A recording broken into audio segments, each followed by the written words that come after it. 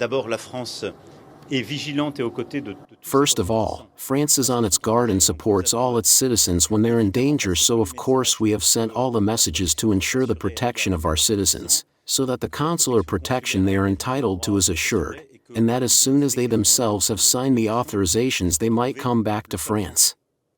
And the communication between our foreign ministries is constant.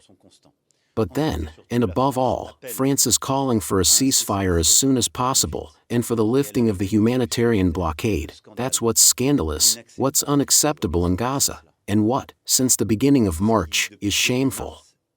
Shameful.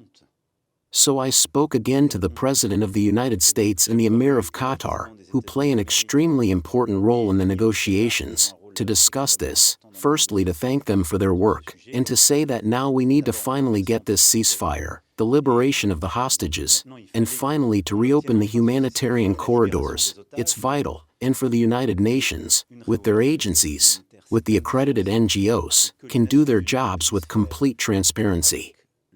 We're talking about children, people in a very serious condition today, elderly people who are dying every day because of this blockade and because the ceasefire hasn't been signed. Qui sont en train de mourir chaque jour à cause de ce blocus et à cause du fait que le cessez-le-feu n'est pas signé. 7 pays, dont la France, appliqueront le moratoire. À quoi ça... Cette conférence de Nice est This nice conference is, in our eyes, an extremely important moment and is already, we should say it and own it, a success, through the fact it has been organized, through what it represents at the moment we're having it.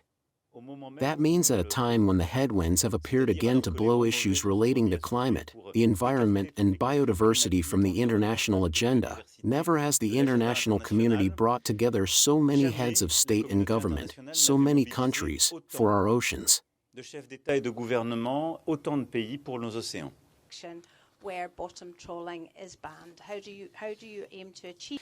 Il y a un an, il y avait 8 ratifications. A year ago there had been 8 ratifications of the High Seas Treaty, so we have worked tirelessly in the last few months, and that's why we announced a few moments ago that from January 1st next year this treaty will be able to come into force, and finally we will have an international framework to regulate, to administer, the high seas. La haute mer. For not going as far as other nations on banning bottom trawling in marine protected.